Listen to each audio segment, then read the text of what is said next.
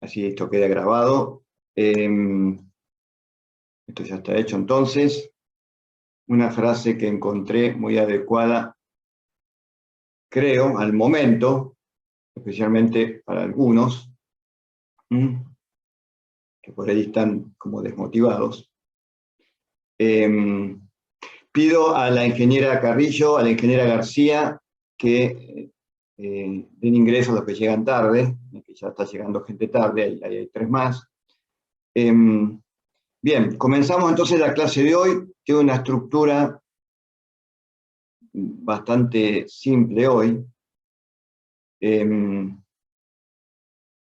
Bueno, como siempre, registrar presencia, por favor, en el link, en la V, que está siempre en el mismo lugar. Esta es la clase principal. Y antes de comenzar, durante la semana, bueno, leyendo, navegando, etcétera, fui encontrando algunas noticias, materiales, que creí interesante compartir con ustedes, ¿sí? Porque hacen claramente a la materia. Bueno, esto es la primera noticia breve que encontré. ¿Alguien sabe a qué se refiere esto?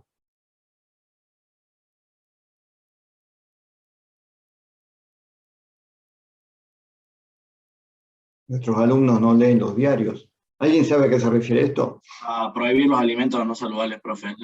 En las filas de las cajas, no en el supermercado de todo, sino en la fila de las cajas, ¿sí? Bueno, esto me hizo acordar que hace varios años, 4 o 5 años, un grupo eligió para hacer el práctico que están haciendo ustedes, ARCOR, el grupo ARCOR. Y bueno, lo hizo el planeamiento, etcétera, y teníamos por suerte una docente, que ya no está más en la cátedra, fue por motivos de trabajo, que trabajaba en ARCOR, así que tenemos toda la información.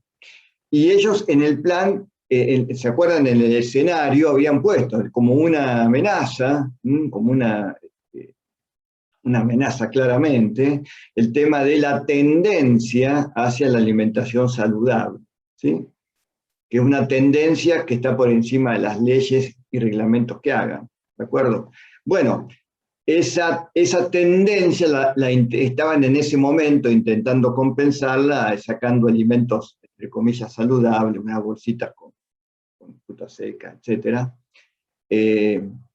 Pero los forzaba en realidad como tendencia a cambiar bastante de su foco, ¿sí?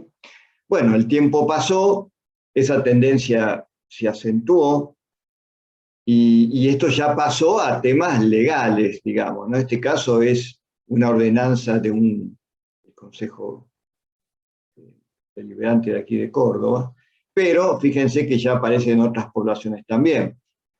Es más, la industria acá anticipó acciones constitucionales, o sea, es como que va a ir a la justicia hasta la última instancia, porque es como que le está afectando claramente uno de los focos de su negocio. Bueno, ahora bien, la tendencia, porque hay que pensar otra vez, a 5 o 10 años, esa tendencia claramente ustedes la toman en el medio. Yo la viví desde cero hasta lo que es hoy. Es muy difícil de frenar. Va a estar, en un momento va a estar por encima de las leyes. Tal vez sus hijos, los míos claramente no, pero sus hijos, espero que tengan hijos, tal vez ya vean las golosinas como algo, lo perciban como algo no sano, como algo malo para la salud, cosa que obviamente hoy a ustedes no les tocó eso, cuando eran chiquitos. Y algunos tal vez ni siquiera hoy. Pero esa tendencia se va a imponer. Esto es solamente la formalización de esa tendencia que le impacta claramente en el negocio. Para que vean la importancia de percibir esos cambios de escenario con la mayor anticipación posible. Bueno, aquí habla de una inversión en activo fijo, esta que estamos presupuestando y planificando nosotros, pero acá en Córdoba, en malagueño, 120 millones de dólares. 120 millones de dólares. Y además en Disensa, que me dijeron que es una especie de cadena de ferreterías, con el patrocinio seguramente de Holcim, quiere pasar de 380 puntos de venta, dice acá abajo, a 1000 en 2 años. Más del doble de puntos de venta. Tal vez no se refleje en ventas en 2 años, más del doble, pero sí, pensando a 5 o 10 años, pueden duplicar las ventas, porque ya comienzan duplicando los puntos de venta. Claramente, una inversión de este tipo, que creo que demoró en hacerla, creo que leí 3 años. Un poco más, profe. Un poco más de 3 años. Bueno, 3 años, claro, hay que ver cómo los cuentan, ¿cierto? Desde que se decide, seguramente más de 3 años. La ejecución, probablemente más de 3 años. Pero el punto al que quiero llegar, de todas formas, gracias al que hizo el comentario, me ayuda, es, fíjense, la anticipación con la cual estas empresas deben planificar. Y eso supera pandemias, cuarentenas, gobiernos. Ellos están obligados. La sola construcción, tal vez me ayude el alumno, por ahí demoró 4 o 5 años. La sola construcción. Ahora piensen en el financiamiento, conseguir el financiamiento, y piensen en la decisión, la evaluación técnica y de mercado. Estamos hablando claramente de 8 años por lo menos. ¿Sí? Bueno. Yo creo que menos, profe. Ajá. Lo interrumpo porque yo trabajo en licencia, digamos. Perfecto. El paso ya estaba instalado en otras partes de Latinoamérica, entonces como que el proyecto ya tenía las bases. Ah, está bien. Replicar un proyecto. Exactamente, que estaban en otros lados. Bien. Muy bien. Bueno, eso es una ventaja de los grupos del nivel internacional, que pueden utilizar la experiencia de un lugar no en uno, sino en varios otros. Muy bien, muchas gracias. Bueno, 5. Negociamos en 6 años, 5 años. Fíjense este tipo de inversiones, este tipo de empresas, con el nivel de planificación que tienen por el nivel de monto. En este caso hubo un atajo que fue el diseño de la planta, que es réplica de otros que deben tener a otro lado. ¿De acuerdo? Bien, una forma de cortar camino desde el punto de vista del diseño técnico. Y obviamente a ellos les resulta más fácil conseguir financiamiento, pero tienen que justificar inversiones. Nadie les da el dinero alegremente. Deben justificar el porqué de esa inversión pensando en muchos años. ¿De acuerdo? Muy bien. Tercero, esto es el estatus de algo que está en la cresta de la ola, gente, que es el proceso de vacunación contra el COVID. Y esto lo saqué hace 8 minutos. Esto está en línea en el ministerio, no es ningún dato secreto ni nada. Están informando.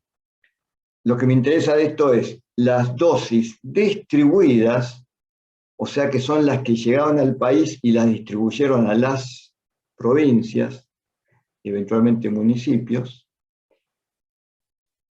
y las dosis aplicadas.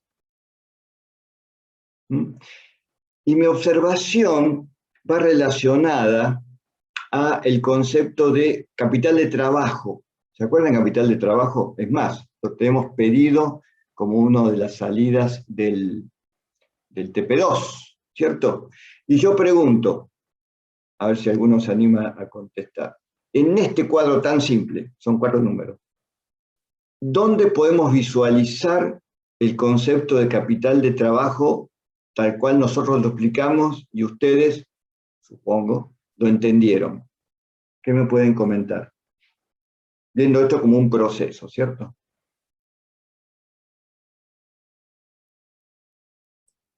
Las distribuidas menos las aplicadas. ¿Perdón? Se harían como las dosis distribuidas menos las que se Muy aplicaron. bien. ¿Qué son las dosis distribuidas menos las aplicadas? ¿Qué es conceptualmente? El stock. Un stock. Un stock que está ahí dando vueltas. En algún lado está. Todos suponemos que saben, todo el mundo sabe dónde están. ¿Y dónde están? Y físicamente, ¿dónde están? En heladeras.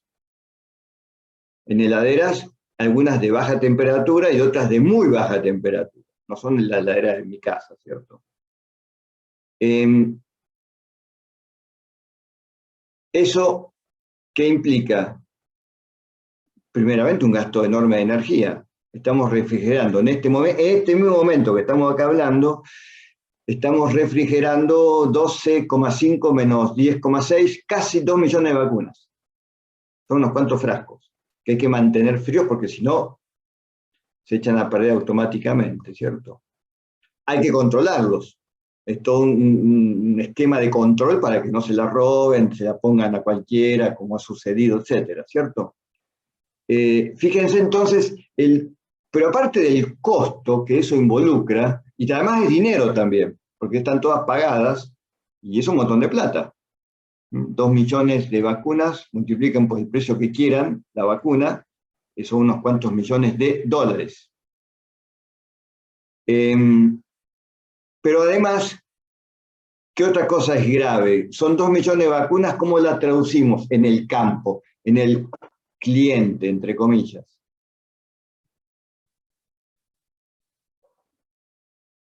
Son 2 millones de personas a las cuales no les han aplicado las vacunas, a pesar de que están, que se pueden enfermar mañana, con todos los efectos, ¿cierto? Sobre la terapia intensiva, todo lo demás. Bueno, síntesis. Pregunto, visualizándolo así, y pregunto nuevamente, ¿tener mucho capital de trabajo es bueno o es malo? Es malo. Es malo. Es malo siempre. Sean vacunas, computadoras, lavarropas, heladeras, lo que fuera. ¿Sí? Comida en un restaurante, comida refrigerada, que hay que mantenerla. Capital de trabajo. ¿De acuerdo? Entonces acá ven como con 2 números tomamos el concepto. En las empresas es exactamente igual, por lo cual nadie quiere tener capital de trabajo en exceso. ¿De acuerdo? Alguien pregunta, ¿y cuánto sería un buen número? Son 2 millones, 1 millón, 200.000, 100.000. ¿Y cuál es el ideal? 0. Llegan, se distribuyen y se aplican. Ese es el ideal. Y con eso además salvamos unas vidas, bueno, en fin, todo lo demás. Perdón. Bueno, entonces ven acá la importancia del concepto de capital de trabajo aplicado a un proceso. ¿Este proceso de qué tipo es? Si quisiéramos etiquetarlo en una de las asignaturas que nosotros estudiamos. Logístico. Logístico. Ya dejó de ser médico, infectológico, bioquímico, farmacéutico, es logístico, ¿sí? Con lo cual es realmente riesgoso dejarlo en manos de médicos, infectólogos y políticos. Pero bueno, son ellos los que están dirigiendo esto, ¿sí? Pero es un proceso claramente logístico, análogo a otros procesos logísticos. ¿Está bien? No es nada, sacándole el tinte emocional, digamos, es un proceso logístico. No es simple, pero no deja de ser eso. Si ustedes estudian logística, se supone que una disciplina que más dominan. Bien, clase entonces de hoy, esta es la clase principal del día, vamos a dividirla así, ya dieron la presencia en la UB. Vamos a hacer un repaso, a cargo de la ingeniera Lucía Sosa, del planeamiento de amortizaciones. ¿Se acuerdan? Último estimado 2021, plan 2022-26. Ya lo explicamos esto, pero hemos detectado, los que tenemos grupos a cargo, prácticos, que muchos grupos como que no lo entendieron, no lo percibieron, no lo supieron aplicar, y hemos encontrado, de hecho he encontrado, no me contaron, grupos que después de hacer todo el práctico 1, dice, ingeniero, no me cierra el balance. Pero sabemos que son las amortizaciones. ¿Y cómo lo saben? Y por los montos. Y no sabemos cómo cerrarlos. Y sabemos que son, pero no le encontramos la vuelta. Bueno, vamos a intentar darle una vueltita más al tema. Alguno me dirá, ingeniero, ya el TP1 venció, hicimos los coloquios, ¿qué me viene a contar esto de nuevo? No, pensando en el TP2, porque también tiene amortizaciones. Y ya no son 5 años, ahora son 12 meses. Y si no lo entendía con 5 años, menos voy a entenderlo en 12 meses, donde además en los 12 meses tengo, ustedes lo saben, tengo altas de inversiones, con lo cual me cambian las amortizaciones. O sea, es un poco más complejo.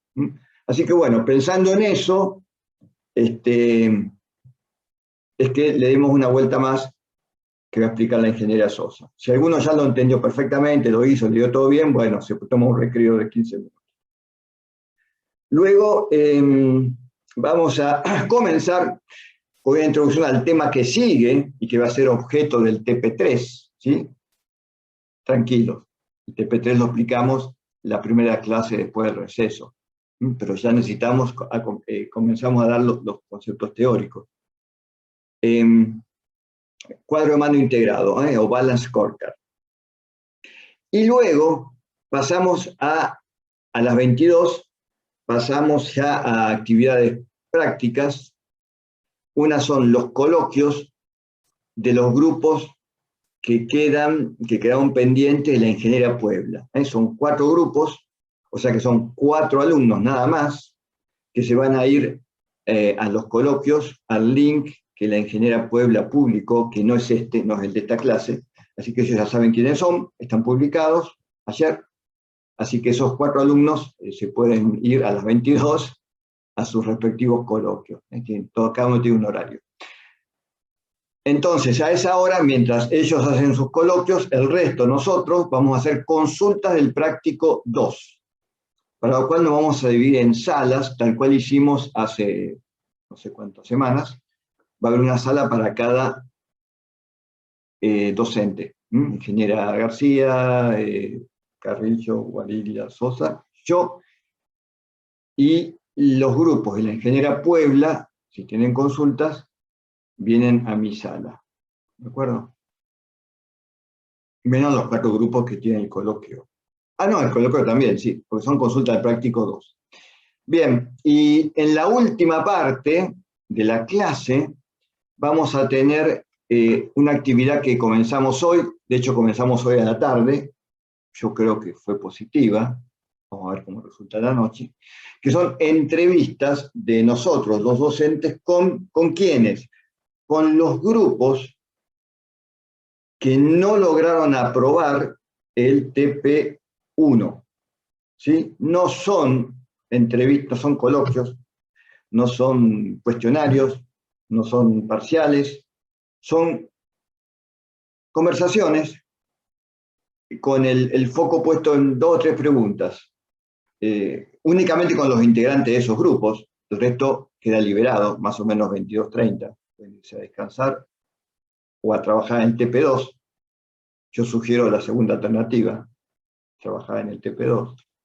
Y los que se quedan, que son los integrantes de los grupos que no aprobaron, o sea que ya tienen nota en autogestión, y la nota es menor que 6, para contestar 2 o 3 preguntas. La primera es, ¿qué creen o qué creemos, puestos integrantes, que hicimos bien en el TP1? ¿Qué creemos que podemos mejorar en el TP2 y subsiguientes? ¿Y qué obstáculos, qué problemas globales encontramos en nuestros grupos? ¿De acuerdo? Y con eso terminamos la clase. ¿Alguna consulta hasta aquí sobre el esquema de la clase?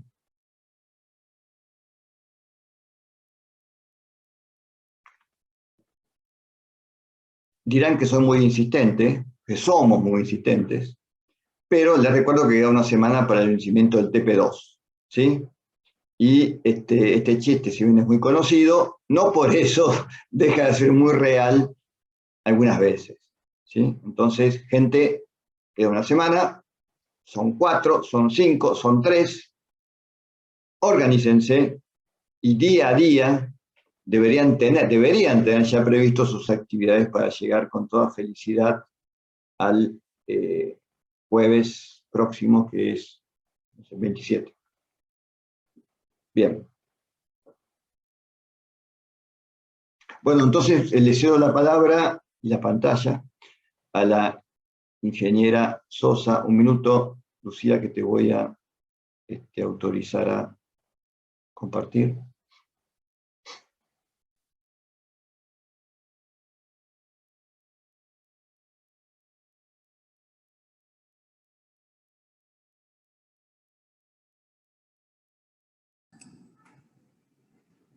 Listo, ya está. Adelante. Gracias, Carlos. Bueno, chicos, hola, buenas noches a todos. ¿Me confirman, por favor, si se escucha bien? Se escucha correctamente. Hola. Bueno, como bien mencionó el ingeniero Sidaram, vamos a estar repasando el tema de amortizaciones, que si bien no es uno de los presupuestos más complejos con el que nos toca trabajar, genera muchas dudas, como él les comentaba. Así que bueno, vamos a repasarlo y en el caso de que surjan consultas, vamos a ir evacuando todas esas dudas. Yo ahora voy a apagar mi cámara por razones técnicas, no quiero sobrecargar mi conexión, y les voy a compartir pantalla con el ejercicio que vamos a estar viendo.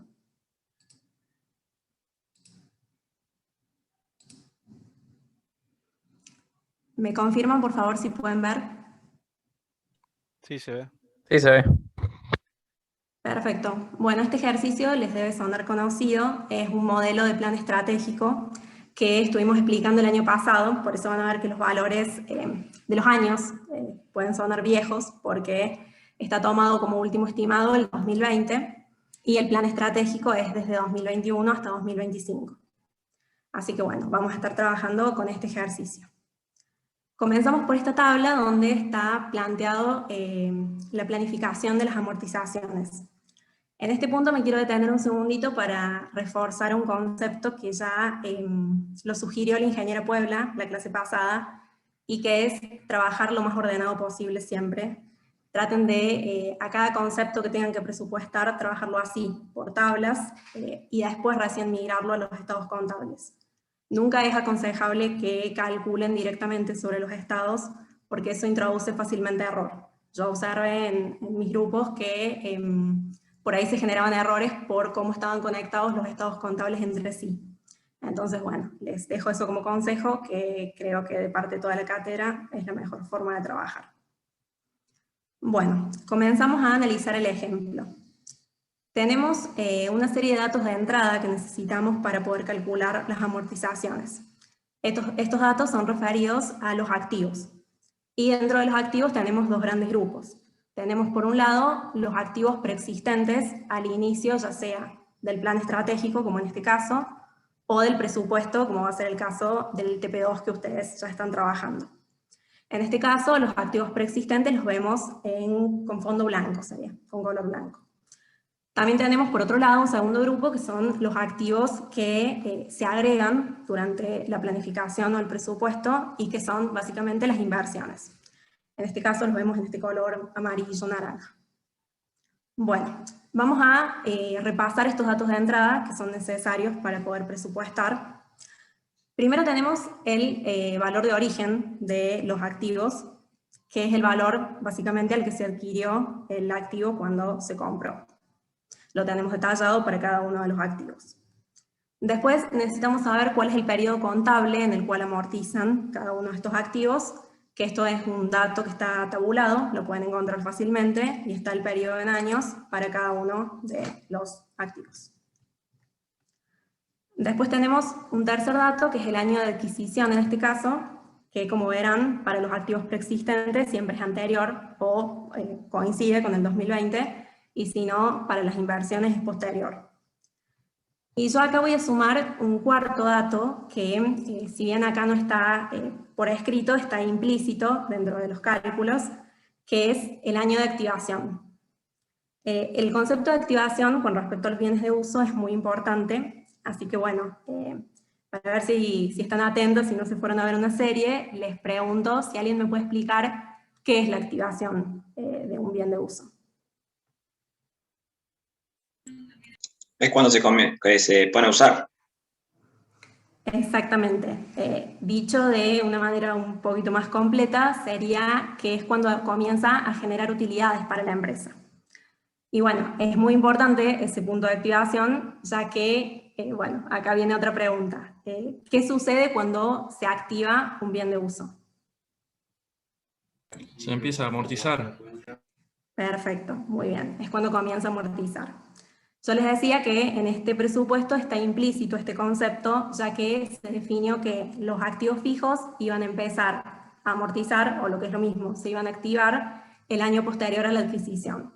Entonces, por ejemplo, en el caso de Rodados, se adquirió en 2023, por lo tanto, se activa en 2024. Maquinarias 1 se adquirió en 2012, por lo tanto, se activa en 2013 y desde ese momento comenzó a amortizar. Y eso, bueno, para todos los casos. Entonces, bueno, siempre recordar ese concepto que es muy importante y es sobre todo muy importante en el TP2, ya que es extraño que las inversiones se completen en un solo mes durante un presupuesto. Generalmente suele llevar más tiempo. Entonces es muy importante que se defina en qué mes se activan y comienzan a amortizar. Bueno, ahora vamos a ir un poquito al tema del cálculo de las amortizaciones, que es bastante sencillo, ya que los bienes amortizan a partes iguales durante el periodo contable definido. Entonces, yo para obtener la amortización anual, simplemente el cálculo que tengo que hacer es dividir el valor de origen en el número de años de amortización, y eso me va a dar el valor que va a amortizar a cada año. Si estuviéramos hablando en el caso del TP2 de un presupuesto anual, tenemos que tomar el valor de la amortización anual y dividirlo en los 12 meses. También se amortiza todos los meses por igual. Una vez que tenemos este cálculo de la amortización, podemos obtener un nuevo valor, que es el valor residual, que surge de la diferencia entre el valor de origen y la amortización acumulada que tenga el activo al momento presente. El valor residual es lo que ustedes generalmente deben haber encontrado en los estados contables de sus empresas, los estados originales que les proporcionaron las empresas y que suele tener una sola línea como bienes de uso. No se diferencia entre el valor original y las amortizaciones acumuladas. Nosotros en nuestras estructuras, las que les proponemos dentro de la cátedra, está hecha esa división, así que es importante que eso lo tengan en cuenta. Y bueno, para poder hacer esa división, ustedes se tienen que remitir a los anexos de los estados contables. Ahí está detallado por cada activo del que disponga la empresa, tanto el valor original como las amortizaciones acumuladas. De ahí lo pueden sacar. Bueno, continuando vamos a ir analizando algunos de los activos que tenemos acá. Por ejemplo, vamos a tomar Maquinarias 1, que es uno de los activos preexistentes, y podemos ver que su valor de origen era de 10.000 pesos. Como se adquirió en el 2012, comenzó a amortizar en el 2013, por lo cual al 2020 ya lleva 7 años amortizados, y con el cálculo que les mencioné antes podemos sacar la amortización acumulada, que en este caso es de 7.000 pesos, y el valor residual de 3.000.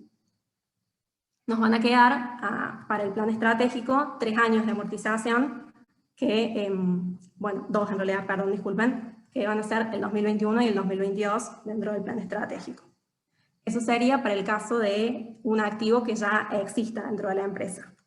Para el caso de las inversiones, por ejemplo acá la de Rodados, vemos que este activo no va a tener amortización al momento del último estimado del plan estratégico, entonces comienza a amortizar al año posterior de la adquisición, que en este caso sería el 2024. Lo hace de la misma manera que habíamos mencionado antes, y obtenemos un valor residual al final del plan estratégico, que en este caso es de 9.000 pesos. Observamos que algunos de los activos preexistentes se terminan de amortizar durante el periodo comprendido por el plan estratégico, y vemos que su valor residual al final es de 0. Bueno, eso es en lo que se refiere al cálculo de las amortizaciones. Como habrán visto, es bastante sencillo, no tiene mayores complejidades. Así que ahora vamos a comenzar a ver el impacto en los estados contables, que es la parte por ahí que a veces genera un poquito de dudas. Profe, ¿le puedo Bueno. hacer una pregunta? Sí, sí, O sí. después. No, sí, decime. O sea, si yo adquiero un activo no sé, en mayo de 2022, la amortización recién se empieza a contar en mayo de 2023, ¿sería, por ejemplo? Exactamente. Todo depende de ustedes como grupo, cómo definan la inversión. Como yo les mencionaba, es raro que las inversiones se completen en un solo mes, porque comprar un equipo es un proceso bastante complejo. Hasta que el equipo llega, se hacen todas las conexiones, se pone a prueba, quizá puede demorar más de un mes. Lo importante es que ustedes definan en qué momento el activo se va a poner a producir, y ese punto es el que define el momento en que empieza a amortizar. Si ustedes en este caso definen que el equipo se pone en producción en mayo de 2023, en ese momento comenzaría a amortizar. Ah, perfecto, claro, independientemente de cuándo lo adquiramos, sino es cuando establecemos que empiece a funcionar. Tal cual, exactamente. Perfecto, gracias. De nada. Bueno, continúo con el impacto en los estados contables. Bueno, les consulto y les doy una pista, está puesto en orden en el archivo, así que les pregunto, ¿en qué estado impactan en primer lugar las amortizaciones? En estado de resultado. Muy bien.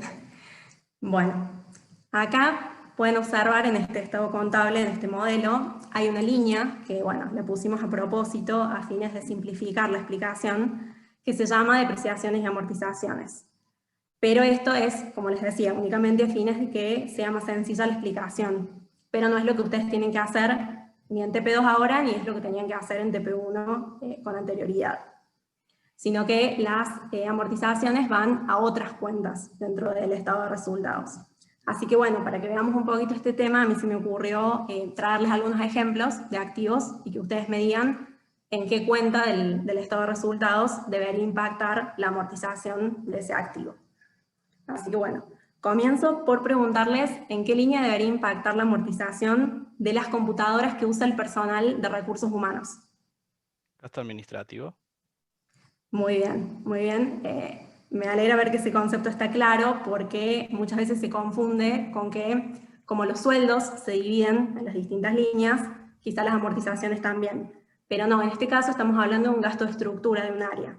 Entonces es muy importante tener en cuenta que los gastos de estructura de las áreas que no sean ni productivas ni comerciales van siempre a gastos administrativos. Ese era un concepto que quería que quedara claro. Bien, bueno, les menciono ahora un segundo ejemplo. Las amortizaciones de un auto que usa un vendedor para visitar a los clientes a domicilio. Gastos Gasto comerciales. comercial. Muy bien. Y bueno, por último, una más fácil, las herramientas que utilizan los operarios de producción. Costo fijo. Muy bien, exactamente, que en total estaría dentro de lo que es el costo de mercadería vendida. Muy bien. Veo que está claro ese concepto. Bueno, continúo ahora con el siguiente estado contable donde impactan las amortizaciones, que ¿cuál sería?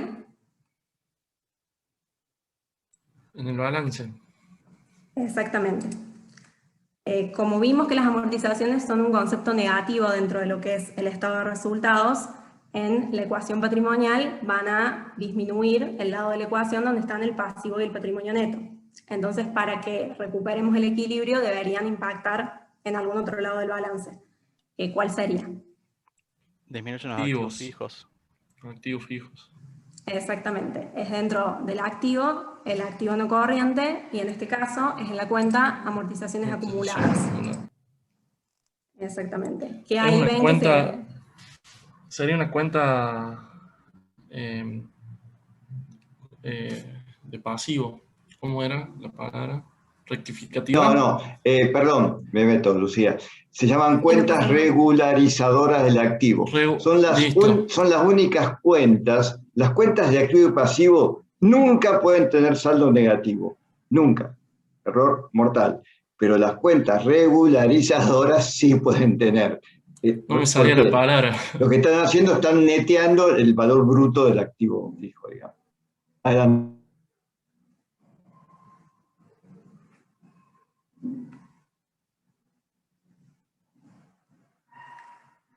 Hola. Si estabas diciendo adelante, Lucía. Ay, perdón, creo que mi conexión falló por un momento. Quedó en silencio. Bueno, gracias Carlos por la aclaración. Así que sí, es una cuenta regularizadora del activo en este caso, y donde se van acumulando. A diferencia del estado de resultados, donde yo computo únicamente el valor año a año, en lo que es balance se van acumulando las amortizaciones, como bien el nombre de la cuenta lo indica. Bueno, ya vimos estado de resultados, ya vimos balance, y ahora nos quedaría un último estado por ver, que es el flujo de fondos, y acá me gustaría que todos abran los micrófonos y a coro venga esta respuesta. ¿Las amortizaciones impactan en el flujo de fondos? No. No.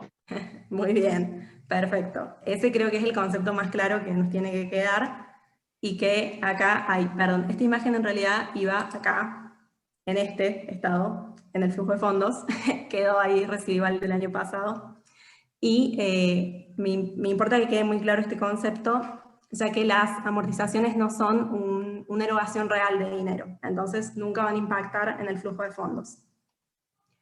Y si nosotros, hablo por mí o por cualquiera de los otros profes de la cátedra, vemos que hay amortizaciones en un flujo de fondos, ya sea en el trabajo práctico o en los parciales, bueno, va a restar muchos puntos porque es un error conceptual bastante grave. Así que bueno, siempre recuerden, amortizaciones al flujo de fondos, no.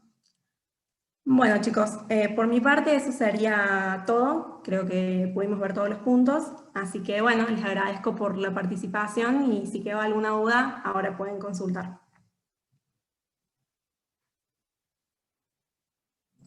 Yo tengo una duda sobre la activación. Sí. ¿Puede ser que no sea en un año y en menos meses? ¿O sí tiene que ser un año después? No. En el caso del plan estratégico, sí obviamente va a ser de año en año porque el periodo que analizamos es un año. Pero cuando lo miran al presupuesto, ahí sí, ustedes pueden activar a mitad de año o bueno, en el mes que ustedes definan. No hay problema con eso. Gracias. De nada. ¿Alguien más?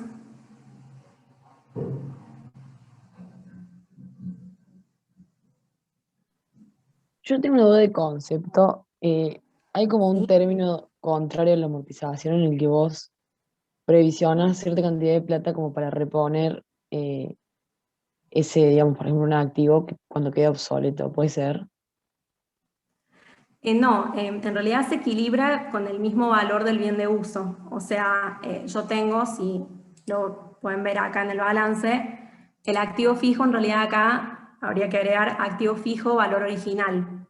En esa cuenta siempre queda el valor del activo fijo por el que se adquirió. Si se adquirió por 100.000 pesos, ahí va a quedar siempre 100.000 pesos. Y las amortizaciones van restando hasta que, bueno, entre la resta da cero, pero el valor original siempre queda. No sé si era eso a lo que te referías o otra cosa. Es como, tengo entendido que es como un ajuste no erogable, digamos. Pero bueno, capaz puedo estar mal. Era una duda, creo que no se tiene en cuenta tampoco en los TP, era una duda pura y exclusivamente de contabilidad. A ver si es lo que estás, perdón Lucía, a ver si lo que estás preguntando es la reevaluación de activos fijos. Como los activos fijos duran muchos años, varios activos fijos duran muchos años, con el paso del tiempo y por efecto de la inflación, o a veces con poca inflación incluso, en un momento puede ser que un activo fijo, sobre todo en ciertas industrias, sea totalmente apto para servicio, con un adecuado mantenimiento, pero su valor residual es prácticamente cero, o muy cercano a cero. Con lo cual hay una especie de desequilibrio entre las amortizaciones, que pasan a ser cero, porque está todo amortizado, y lo que ese bien produce. Con lo cual, ¿qué está pasando con mi resultado, Constanza? ¿Sucede eso? No sé, no demuestra la realidad, digamos. No demuestra la realidad. Y el resultado ¿es mayor que el que debería ser o menor? Menor. ¿Por qué menor? Si las amortizaciones restan y no está restando nada. Capaz que me perdí en la explicación. Entonces, si sigo produciendo, pero ya no amortiza, mi resultado económico, estado de resultado, es mayor.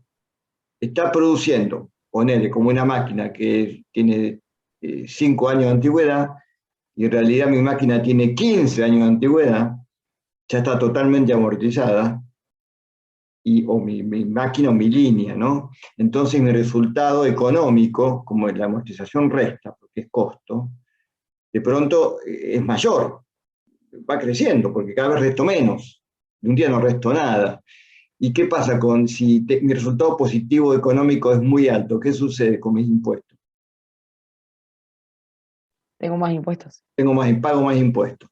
Entonces las empresas piden, y a veces hay regímenes especiales, y se puede hacer, es un proceso, digamos, que los contadores manejan, la reevaluación de los activos fijos para llevarlos a un valor más verosímil, más cercano a la realidad, ¿sí?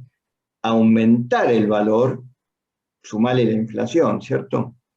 Con el paso de 10 años, con lo cual aumento el valor de mis activos fijos con un proceso bastante complejo, porque estoy cambiando el balance básicamente, y listo. Entonces con eso amortizo nuevamente, con lo cual mis resultados económicos bajan, los financieros no se ven afectados, claramente, porque esto es un tema de activos pasivos, de activos y de resultados, no de flujo de fondos, y logro lo que quería, que es, primero, mejorar mis resultados en el sentido de pagar menos impuestos, y segundo, a la hora de ir a pedir un préstamo, una de las cosas que el banco ve, lo vamos a hablar en la segunda mitad del año, es el volumen de mis activos, digamos, con qué cuento. Creo que eso es intuitivo. Si uno de nosotros va a pedir un préstamo a un banco, le preguntan, ¿y usted qué tiene para hacer frente a este préstamo si no tuviera plata para pagarlo? Y yo, una moto. Al lado mío va uno que pide la misma plata que yo, ¿y usted qué tiene? Y yo tengo 3 casas, 2 autos y un terreno en Punta del Este. ¿Está bien? Entonces, ¿a quién le van a dar el préstamo? A que tiene más respaldo, más activo, respaldado con patrimonio, ¿cierto?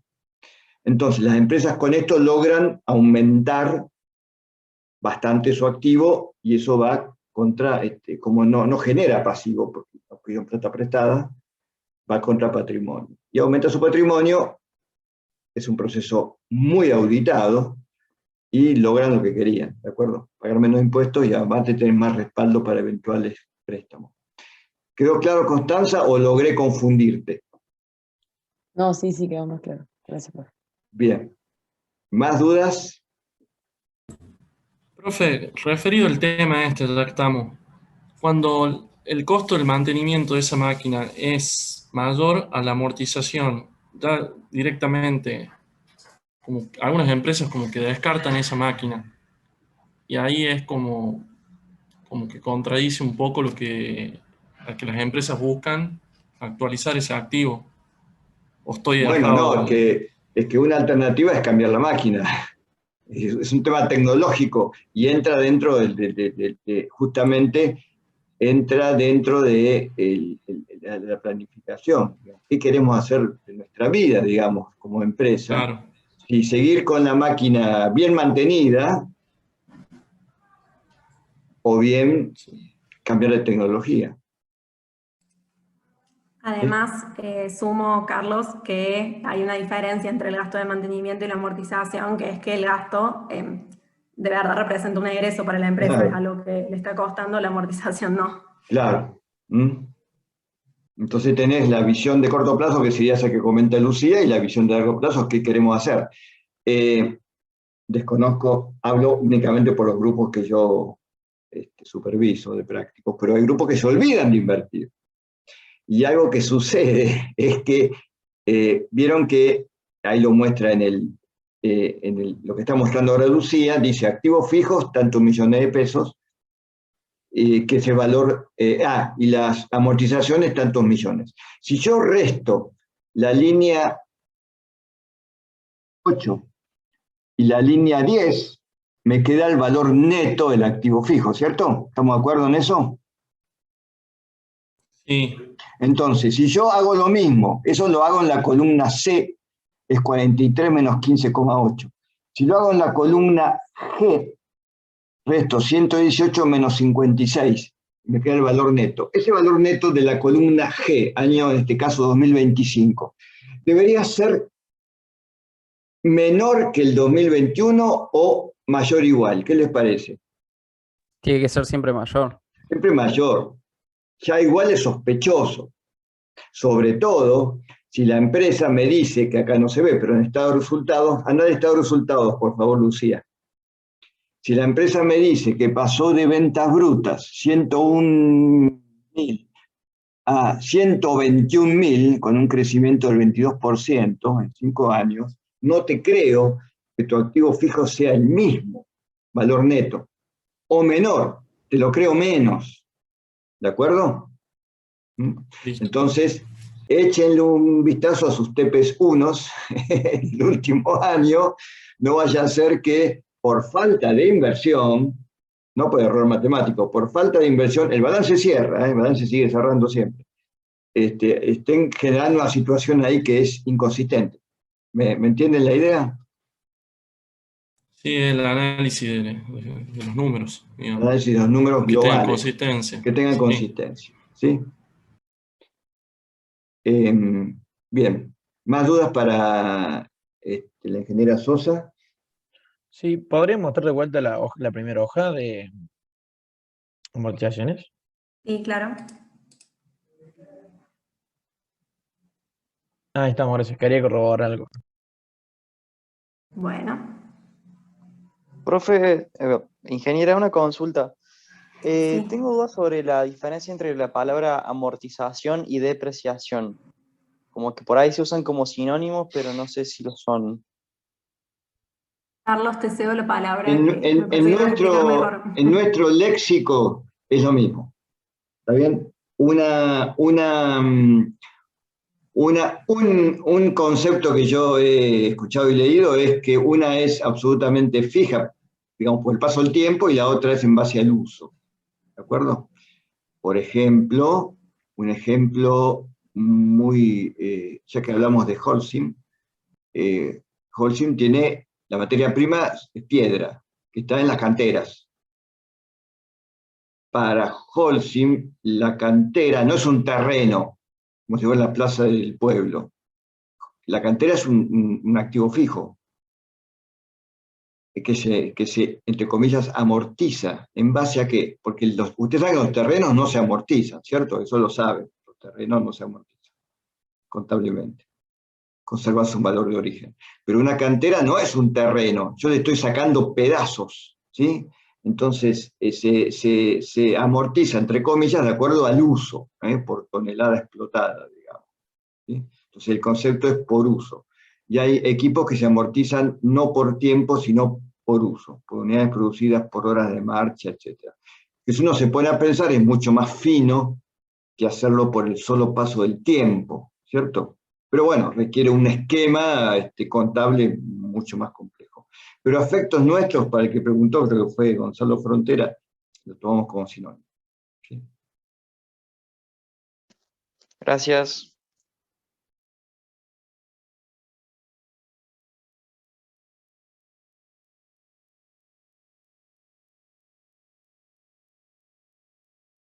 ¿Más consultas?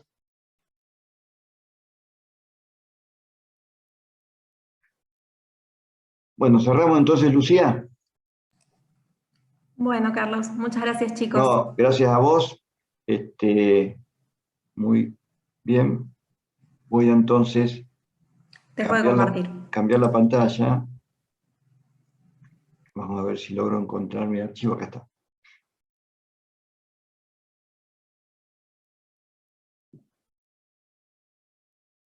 Para introducir, digamos, el tema que nos va a ocupar de aquí hasta ya pasado julio, incluyendo el TP3, que es el tema de cuadro de mando integrado, o como dice ahí, balance scorecard, cuadro balanceado. Antes de continuar, aquí escribió el alumno Serrano, hay también un proyecto, yendo al tema de ARCOR que le mostré al principio, etiquetado de las gaseosas con altos contenidos en azúcar, ¿sí? Otro, pues fíjense, ¿no? Eso ataca a otra industria. Y hay uno más que sale, les aseguro, sale en los diarios y en la tele una vez al mes seguro, y tal vez con más frecuencia, que es el etiquetado de los productos alimenticios. No ya de las gaseosas, sino de todo producto alimenticio que se vende en los súper, etiquetado mostrando los porcentajes, el contenido de lo malo, la sal, el azúcar, de una forma muy visible, muy clara, no como hoy que hay que buscarlo con lupa. Bueno, ese proyecto está dando vueltas hace años, y el lobby de la industria alimenticia es enorme. Pero si ustedes buscan ustedes que son buscadores en Google, cómo es el tema de etiquetado en Chile, en Francia, que son los países que usan como referencia, van a ver cuán distinto es del caso nuestro. Así que ya tienen 3 ejemplos: gaseosas, cola en las cajas y etiquetado de alimentos en los súper, en todos lados, digamos, que dan a entender claramente un cambio de tendencia. Y como ustedes bien saben, la legislación sigue a la tendencia, no al revés. Entonces, lo que hace 20 años parecía algo totalmente descolgado, prohibir la golosina en la caja, ¿a quién se le ocurre? Hoy parece algo al menos discutible. De hecho, en el Consejo creo que lo aprobaban. ¿Sí? Bien. Entonces, cuadro de mando integrado, ¿qué es?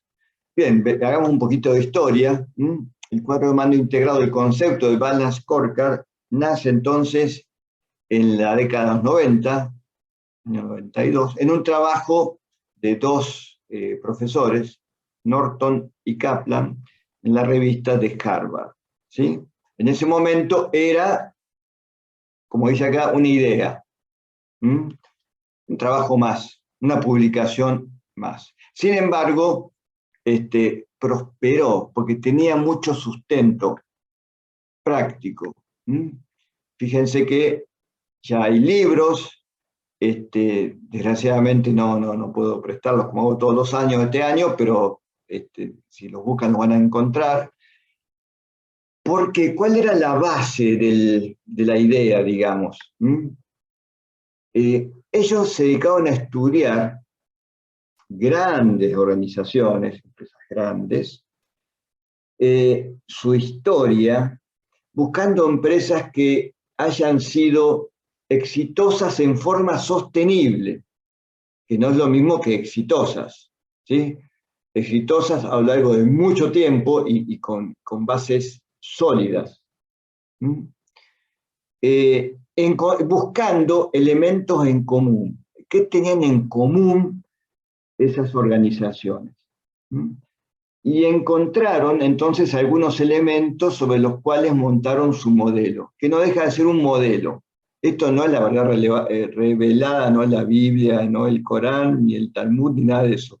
Es un modelo conceptual, que uno lo aplica tal cual es, lo aplica con adaptaciones a su realidad. Bueno, lo aplica y aplica a otro, ¿sí?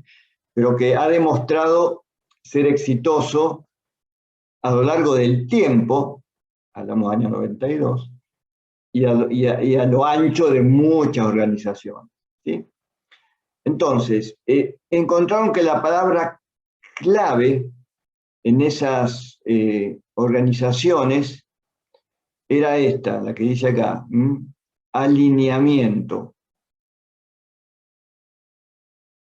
¿Alineamiento con qué? Alineamiento, foco en su estrategia.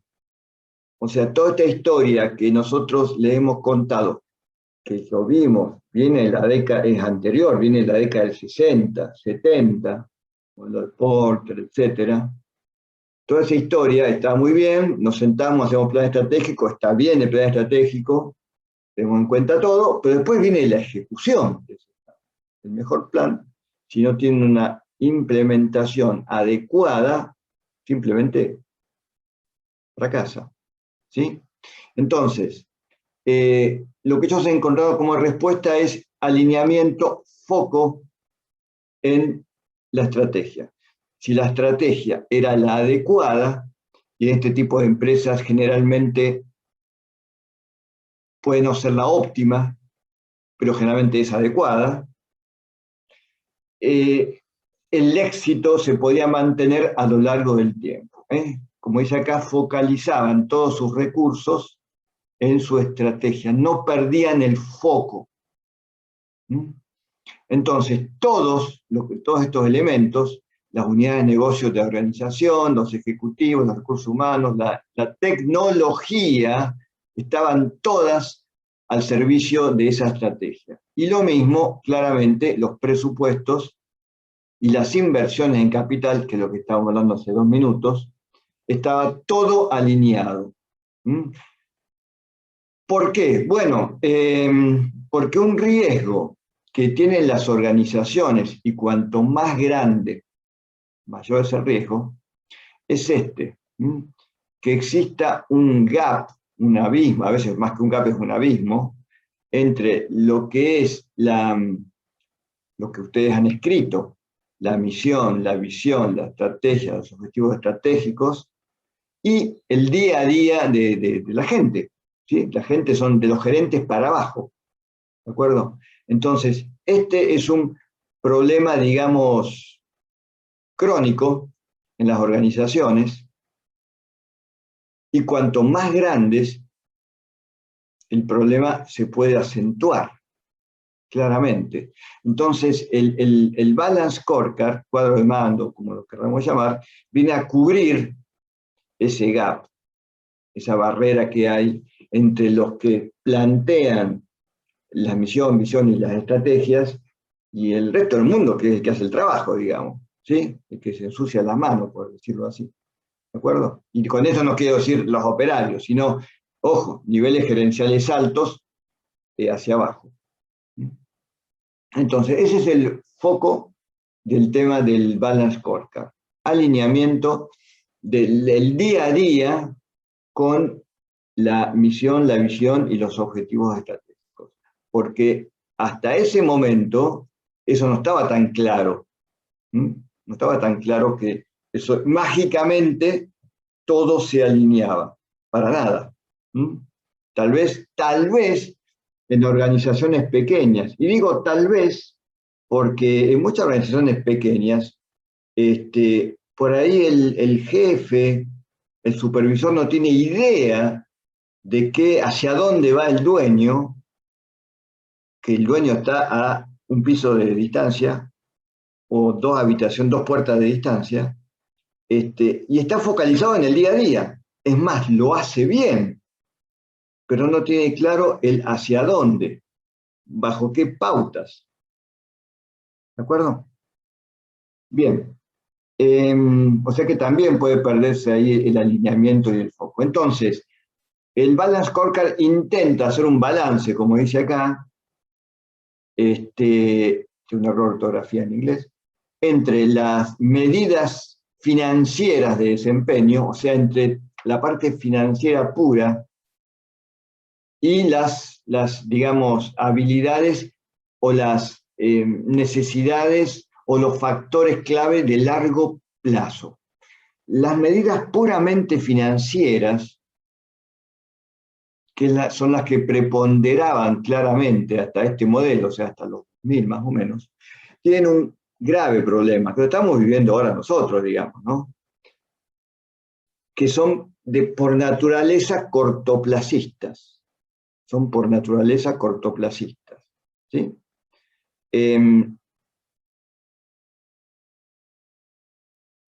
Dos ejemplos, no del día a día, pero del año a año de nuestro país. Cuando el gobierno anterior se endeudó con mucho dinero, fíjense cuál era la fecha de devolución. ¿En qué pensó? Y pensó en lo que le quedaba de año de gobierno. Y dijo, bueno, después veré que se arregle el que viene. Si soy yo, ya veré qué hago. Y tocó este año. Toca ahora devolver la primera cuota de capital. Un montón de plata. Cuando el actual gobierno renegoció la deuda el año pasado, o este año, fue el año pasado, y dijo, tuvimos un éxito, renegociamos con los bonistas, ¿en qué pensó? En los próximos 3 años, el que viene y el otro, y después, bueno, ya veremos, ¿sí? Y lo vendió como un éxito. Miren, logramos refinanciar, el otro logramos endeudarnos, y así. ¿Y qué están viendo? Las necesidades financieras de corto plazo. O sea, piensan en el corto, digamos, ¿sí? Y después veremos. Eso, que acá uno lo ve claramente, porque están todos los diarios, en las empresas es una permanente tentación para las empresas. Concentrarse únicamente en indicadores financieros que son de por sí cortoplacistas. Las empresas que cotizan en bolsa ¿cada cuánto presentan sus estados contables? ¿Alguien sabe? ¿Trimestre? Trimestre. Y entonces cada trimestre son sometidas a un examen, análisis por parte de los analistas financieros, de los accionistas desde ya, y todo el mundo mira cómo dio balance, cómo dio estado de resultados, cómo está el flujo de fondos, las inversiones, esto que nosotros les contamos y que hacemos nosotros a nivel presupuestario por ahora, son el trimestre a trimestre de los gerentes administrativos y financieros de esas empresas, que son muchas. Acá, en Estados Unidos, ni hablar, ¿de acuerdo? Las que cotizan en la bolsa. Entonces, ellos deben rendir examen cada trimestre. Y entonces piensan, ¿en qué piensan? En el próximo trimestre, claramente. Los financieros. Ahora, el resto del mundo debe pensar, por empezar los dueños, deben pensar obviamente más lejos. ¿Sí? Los ingenieros piensan en inversiones, fíjense, esta inversión de Holcim está pensada a años. Seguramente, no me va a dejar, si me equivoco me comenta el alumno, no es solamente que pusieron una línea nueva, esa línea nueva debe ser mucho más eficiente que la actual, o sea que están pensando en mejoras de costos, mejoras de consumo, tal vez en mejoras con respecto al medio ambiente, que son cosas de mediano y largo plazo, ¿cierto?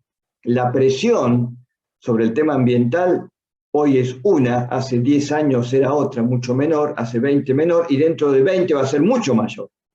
Es como la etiqueta de los alimentos, ¿sí? Son tendencias. Entonces, esa gente está pensando en eso, pero el financiero piensa en el trimestre que viene, a ver cómo resultan los estados contables que voy a presentar y me los van a comparar contra el presupuesto. ¿De acuerdo? Hace poco, creo que no sé si lo comenté, que en este curso leía un comentario sobre Netflix, que tuvo una explosión, obviamente el año pasado, pero ya este año habían previsto, cuando presentan sus presupuestos en la bolsa, digamos, sus estimaciones, habían previsto un crecimiento X, cantidad de usuarios, póngale, no importa, 10 millones, por decir un número cualquiera. Crecieron, pero crecieron 8,3, y ya el mercado lo mira como diciendo, che, ¿qué pasó acá? Están 1,7 abajo del crecimiento que habían dicho. No es que se estancaron, crecieron menos de lo que ellos mismos dijeron. ¿Sí? Bien, ese es el trimestre a trimestre de la gente financiera. Pero hay mucho más por debajo, que es una visión de más largo plazo. Entonces, eso es lo que intenta equilibrar, balancear el balance scorecard.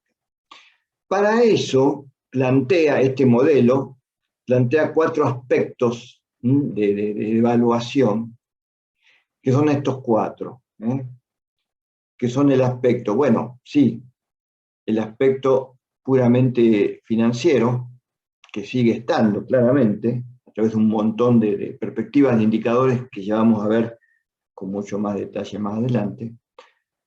Le suma la perspectiva o visión del cliente, cómo ven los clientes a la organización, a la empresa.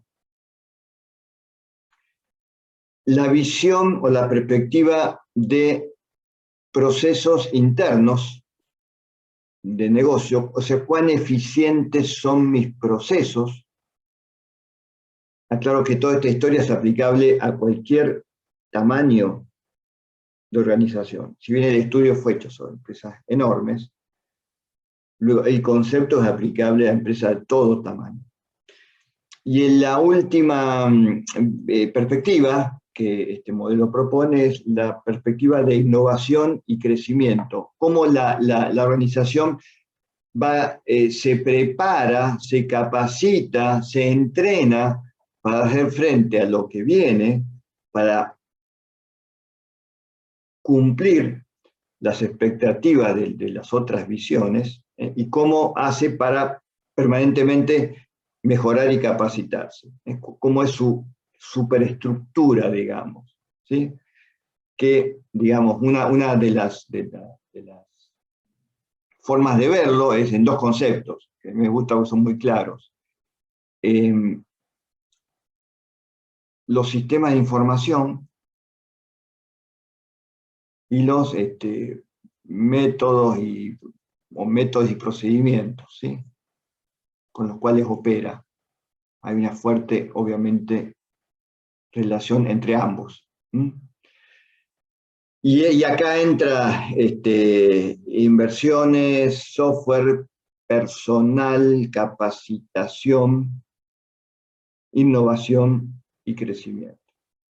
Fíjense entonces la importancia, volvemos violentamente a marzo, de definir correctamente el sector industrial en el cual se desempeña la empresa, porque eso me ayuda, ya viendo la organización en sí,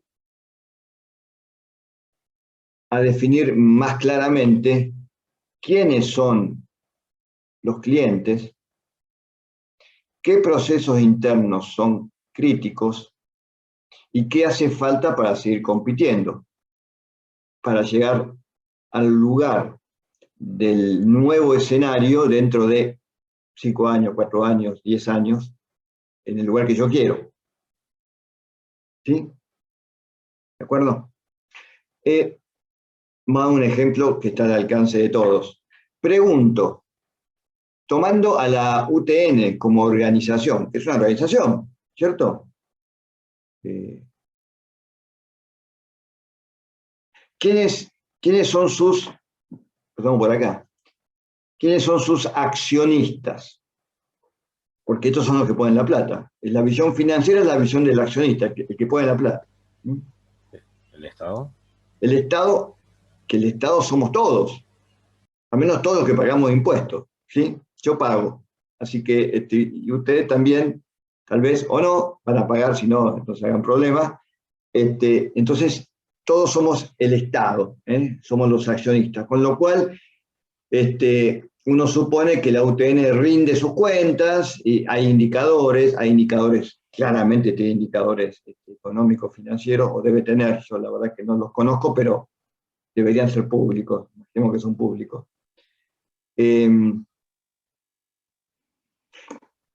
¿Quiénes son los clientes? ¿Los estudiantes? Lo anoto. ¿Alguna idea más?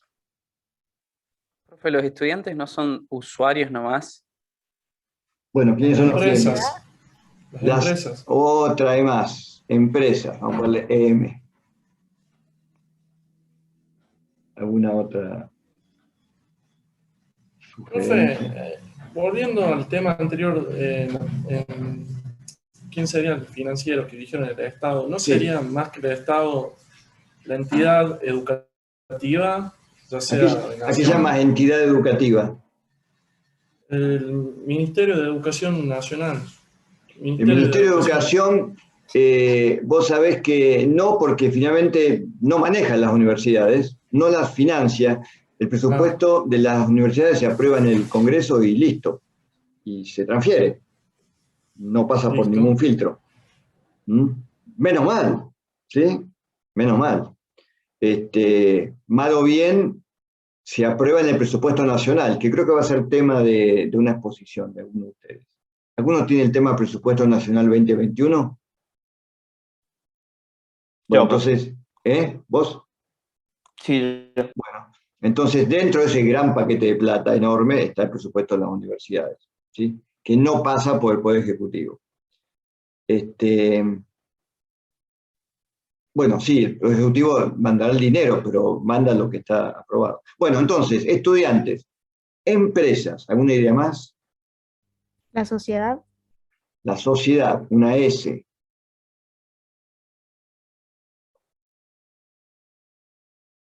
Fíjense que ya tenemos 3 clientes, está complicado esto, porque lo que queda claro de esto es que no tenemos claro a nuestros clientes, ¿cierto? No importa cuál es, o tal vez sea un cuarto, pero no está tan claro como pareciera. ¿Alguna otra idea? Yo creo que también, digamos, más que la sociedad, los profesores y todo, porque si no habría estudiantes. No, clientes. Los profesores no son clientes, claramente. O sea, seguro que los profesores no somos clientes de la universidad.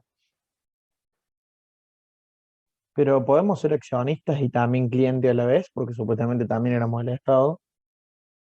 Y también somos clientes, digamos, si pagas impuestos. Si pagas impuestos, sos accionista y también sos cliente ahora. Sí, pero acá no dijimos Estado, dijimos estudiantes, empresas y la sociedad. Que acá sí la diferencia del Estado. Puede ser también la misma universidad porque se supone que forma a los futuros profesores. Bueno,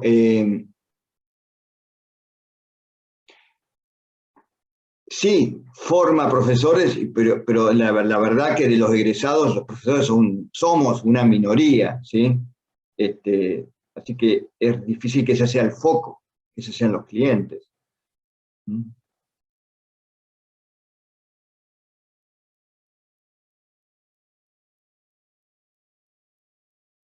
Bueno, no importa, no vamos a discutir esto, porque se dan cuenta que el tema da para bastante, es hasta filosófico si se quiere. Sin embargo, bueno, si me preguntan a mí, yo adhiero a esta, ¿sí? La sociedad es la que recibe a nuestros egresados, que son ustedes, o van a ser ustedes, ¿cierto? Y se sirve de ellos. Las empresas son una parte, digamos, ¿sí? Y es una visión como que alguien podría tildar de mercantilista, es que las empresas son los clientes, entonces nosotros damos clase a estudiantes para que vayan a las empresas. Los formamos según lo que las empresas nos digan o requieran, ¿cierto? Pensamos que nuestra función es un poco más trascendente y la empresa finalmente está dentro de la sociedad, ¿sí? En empresas también, vamos a generalizar, hablamos de organizaciones, por ejemplo una ONG, ¿sí? Bueno, entonces la sociedad es la que recibe a nuestro producto, que acá sí pueden ser los estudiantes. ¿Qué proceso interno sería crítico en el caso nuestro, entonces, en el caso de la universidad entonces?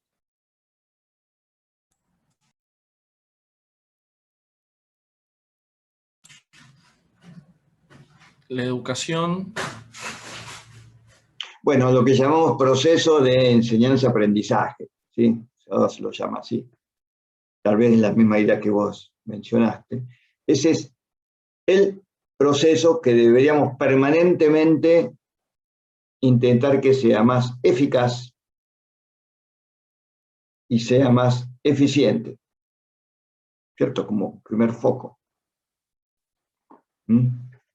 Porque si ustedes se pueden pensar crudamente, la sociedad, a través del Estado, nos financia a todos, estudiantes, docentes y no docentes, para que le suministremos ¿qué cosa? Nuestro producto, entre comillas, ¿cierto? Para que sea justamente útil para esa sociedad. Útil no quiere decir utilitario, es útil en el sentido que contribuye al progreso de la sociedad. Entonces tenemos el deber de que como nos financian, de ser lo más eficientes en nuestros procesos internos. Y eso tiene como consecuencia, entonces, buscar, a través de determinados caminos, el crecimiento y la innovación. El año pasado hubo innovación, ¿cierto? A la fuerza, en muchas escalas, en muchos ámbitos universitarios. Innovación, a veces las empresas innovan porque si no se quedan afuera, que fue este caso, digamos. Para muchas universidades públicas y privadas era adaptarse a esta nueva realidad o morir, ¿sí? Porque ningún alumno va a ir a una universidad privada que no le dé clases, y la pública también va a perder estudiantes si no hay clases, ¿sí?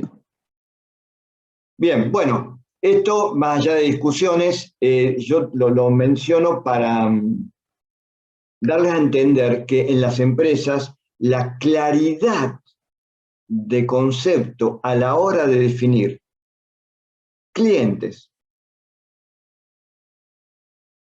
Vendan lo que vendan. Debo tener claro quiénes son mis clientes, a los cuales yo hoy me dirijo y a quién quiero dirigirme en el futuro.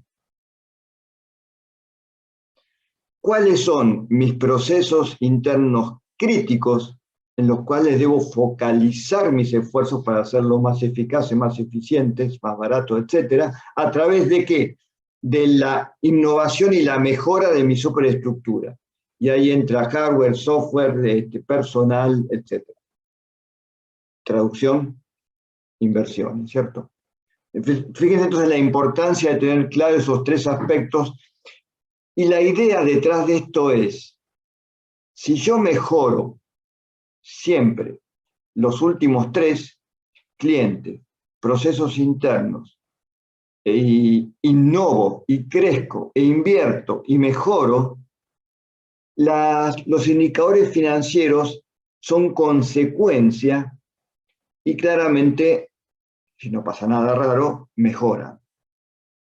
¿Sí? La mejora de indicadores financieros no son un mérito, o no deberían ser un mérito del gerente financiero, o del área financiera, sino consecuencia de mejoras en los otros tres aspectos. Y el financiero administra, lo administra bien, ¿de acuerdo? Esa es la idea detrás de esto. Por eso se llama cuadro de mando balanceado, equilibrado, porque lo que busca es que estos cuatro aspectos, que podrían ser 5, 6 o 10, balanceen entre sí, y ninguno prepondere sobre el resto. ¿De acuerdo? Bien, vamos a dejar aquí, porque aquí ya vamos a analizar cada una de esas perspectivas. Estamos aquí. Entonces, paso 1, liberamos a la ingeniera Puebla para que vaya a su sala de coloquios y a sus 4 alumnos, ya designados. Segundo, vamos a abrir entonces las salas. Está todo configurado para que haya 1, 2, 3, 4, 5 salas. Sala de Ingeniera Sosa, Guariglia, Carrillo, García, y sala de Ingeniero Cigarán y Ingeniera Puebla. Que no va a estar ella, voy a estar yo, pero bueno, espero que no le moleste.